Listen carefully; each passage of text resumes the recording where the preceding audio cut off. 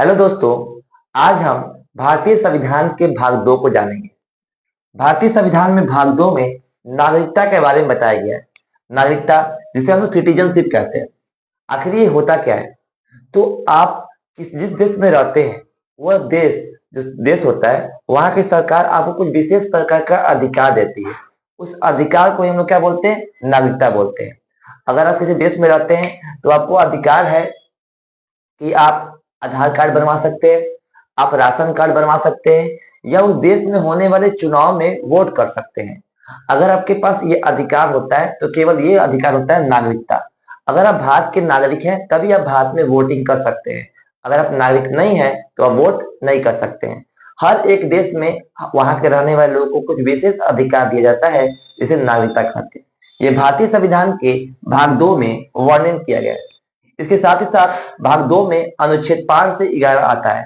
यानी इसमें हम अनुच्छेद 5, अनुच्छेद 6, अनुच्छेद 7 ऐसे करते करते टोटल अनुच्छेद 11 तक जानेंगे।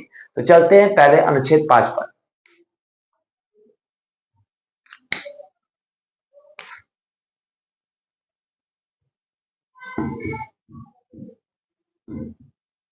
अनुच्छेद 5। अनुच्छेद 5 जो है, ये कहता है कि हमारे देश में जब संविधान बनकर लागू हुआ तो देश में रहने वाले सभी लोगों को नागरिकता दे दी जाएगी। अब हमारे देश में संविधान कब लागू हुआ? तो सबसे पहले आपको पता होना चाहिए हमारा देश आजाद कब हुआ। हमारा देश आजाद होता है 15 अगस्त 1947। जब हमारा देश आजाद हुआ तो आजादी के 2 वर्ष 11 महीना और 18 दिन, 2 वर्ष 11 महीना और 18 दिन के बाद हमारा संविधान बनकर तैयार हुआ। संविधान बनकर तैयार होता है 26 नवंबर 1949। 26 नवंबर 1949। लेकिन इस दिन हमारा संविधान लागू नहीं होता है, बल्कि 26 जनवरी 1950 को हमारा संविधान लागू होता है।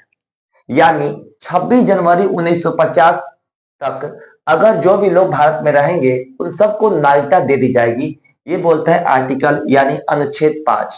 अनुच्छेद 5 कहता है कि जब हमारा संविधान लागू हुआ था 26 जनवरी 1950 को, तो भारत में रहने वाले प्रत्येक व्यक्ति को नागरिकता दे दी जाएगी, भले वो किसी भी देश के क्यों ना हो।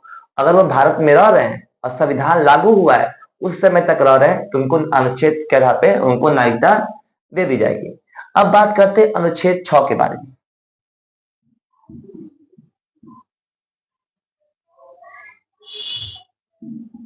अनुच्छेद 6 क्या होता है? अनुच्छेद 6 में कहा गया है कि जो व्यक्ति भारत से पाकिस्तान चले गए, क्योंकि आपको पता है कि हमारा देश का विभाजन हुआ था। जब देश की आजादी हुई थी, जब देश को आजादी मिली थी, तो देश का विभाजन भी हो गया था। तो आर्टिकल 6 कहता है कि अगर जो लोग भारतीय संविधान देश का बंटवारा होता है और भारत से लोग कुछ पाकिस्तान चले जाते हैं और वहां के लोग भारत आते हैं, लेकिन संविधान लागू होने के अगर बाद आते हैं, यानी 26 जनवरी 1950 के अगर भारत में बाद आते हैं, तो उनको नागरिकता नहीं दी जाएगी। यानी यहाँ पे प्रावधान है कि अगर संविधान लागू होने के बाद वह भारत में आते हैं तो उनको नागरिकता नहीं मिल जाएगी। उनके लिए एक रूल आएगा, परमिट रूल। परमिट रूल का मतलब होता है केंद्र सरकार उन पर ध्यान रखेगी ये व्यक्ति बेहतर है कि नहीं है, वह भारत में कम से कम 4 साल 5 साल रहेगा, और उसके बाद उसकी नागरिकता देने का अगर मन करेगा तो गृह मंत्रालय देगा, नहीं तो नहीं देगा।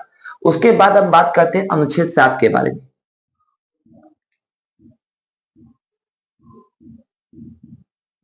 अनुच्छेद 7। अनुच्छेद जो 7 है, अनुच्छेद 7 में कहा गया है कि अनुच्छेद 7 कहा गया है कि जो व्यक्ति भारत से पाकिस्तान चले गए लेकिन संविधान लागू होने से पहले आ गए, यानी ये लोग अगर 26 जनवरी 1950 से क्या हो गए, पहले आ गए, तो उनको नागरिकता दे दी जाती है। यानी अगर वो संविधान लागू होने से पहले आ गए हैं तो उनको नागरिकता दे दी जाएगी आर्टिकल 7 के अनुसार। इस आर्टिकल के बाद हम बात करते हैं अनुच्छेद 8 के बारे में कि अनुच्छेद 8 क्या कहता है।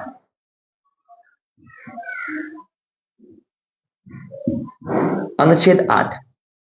अनुच्छेद 8 जो है ये कहता है कि अगर कोई व्यक्ति किसी कार्य काम के लिए, काम की तलाश में या नौकरी के लिए अगर हम जाते हैं कहीं देश में अलग, बाहरी देश में अगर हम जाते हैं भारत को छोड़कर, किसके लिए? काम के लिए या रोजगार के लिए या अपने इलाज के लिए या घूमने के लिए, अगर या पढ़ने के लिए 2 महीना 3 महीने या 2 साल 5 साल अगर हम देश से बाहर रहते हैं तब भी हमारी नागरिकता समाप्त होने वाली नहीं है। अगर हम 2 साल के लिए भारत से अमेरिका चले गए तो हमारी नागरिकता पे कोई खतरा आने वाला नहीं है। अगर हम देश से बाहर भी जाते हैं, बाहरी कोई अदर कंट्री में जाते हैं तो हमारा नागरिकता समाप्त होने वाला नहीं है। ये किस हिसाब से? अनुच्छेद 8 के हिसाब से है। अनुच्छेद 8 में साफा कहा गया है कि अगर हम भारत से किसी भी कार्य के लिए, पढ़ने के लिए या पढ़ाई के लिए, जॉब के लिए या किसी भी कारणवश अगर हम बाहर देश से बाहर रहते हैं तो हमारी नागरिकता छीनने वाली नहीं है। लेकिन अगर क्या होता है कि अनुच्छेद 9 बोलता है हमारा,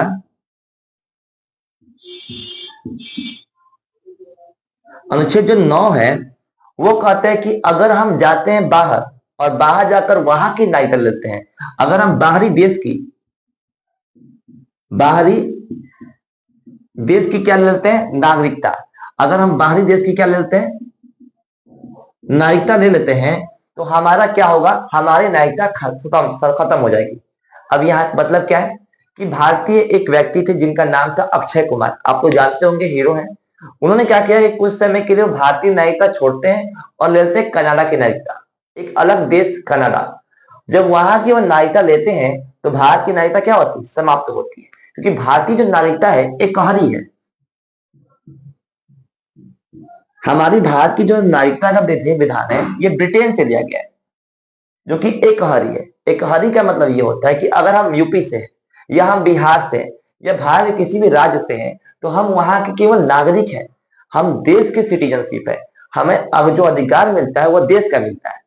अगर आप बात करेंगे, आपका पैन कार्ड हो, आधार कार्ड हो तो उसमें भारतीय लिखा होता है, ना कि बिहारी, ना कि यूपी वाले, ना तो मध्य प्रदेश वाले, ऐसा कुछ नहीं होता है। हमारे देश की बस एक नागरिकता होती है जो कि भारतीय होती है, यानी कौन सी है?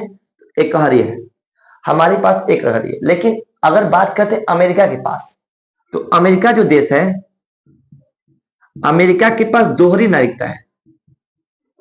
अब दोहरी का मतलब क्या होता है? वहां पे 2 नागरिकता होती है, एक राज्य की अलग होती है और एक देश की अलग होती है। अगर जैसे कोई न्यूयॉर्क में रहता है तो न्यूयॉर्क की नागरिकता अलग होगी और अमेरिका की नागरिकता अलग होगी, यानी अमेरिका के लोग को 2 नागरिकता मिलता है, लेकिन भारत को केवल एक मिलता है, क्योंकि भारत के जो लोग राज्यों में रहते हैं वो वहां के नागरिक होते हैं। लेकिन अगर बात कीजिए भारत के, तो भारत के सिटीजन होते हैं, यानी भारत की नागरिकता प्राप्त करते हैं। तो हमारे देश में केवल एक नागरिकता होती है जिसे हम लोग एकहरी बोलते हैं। और कहां से लिया गया है? तो भारत में जो नागरिकता कॉन्सेप्ट है वो ब्रिटेन से लिया गया है। ठीक, अब बात करते हैं हम लोग आर्टिकल 10 के बारे में। आर्टिकल 10 अनुच्छेद 10 क्या कहता है? अनुच्छेद 10 कहते हैं कि यदि हम कोई गैर कानूनी काम कर रहे हैं, देश विद्रोह कर रहे हैं, या देश से जुड़ी अगर हम कोई काम कर रहे हैं जिससे देश को नुकसान है, अगर हम अपराध कर रहे हैं या हम कोई विदेशी शक्ति के साथ मिलकर देश को खतरा पैदा कर रहे हैं या देश को तोड़ने की साजिश रच रहे हैं, तो भारतीय सरकार अर्थात हमारे संसद को इतना अधिकार है कि वह हमारी नागरिकता को समाप्त कर देता है। यानी अगर हम किसी तरीके से देश को क्षति पहुंचा रहे हैं तो आर्टिकल 10 के तहत हमारी नागरिकता समाप्त कर दी जाएगी, हमारी नागरिकता छीन ली जाती है। याद रखिएगा, भारत में बहुत सारे ऐसे जो देशद्रोही होते हैं, जो भारतीय संविधान या देश के लिए खतरा होते हैं, तो उसकी नागरिकता को छीनने का भी अधिकार दिया गया है आर्टिकल 10 अनुच्छेद 10 में। अब हम लोग बात करते हैं अनुच्छेद 11, अनुच्छेद 11 की बात करते हैं।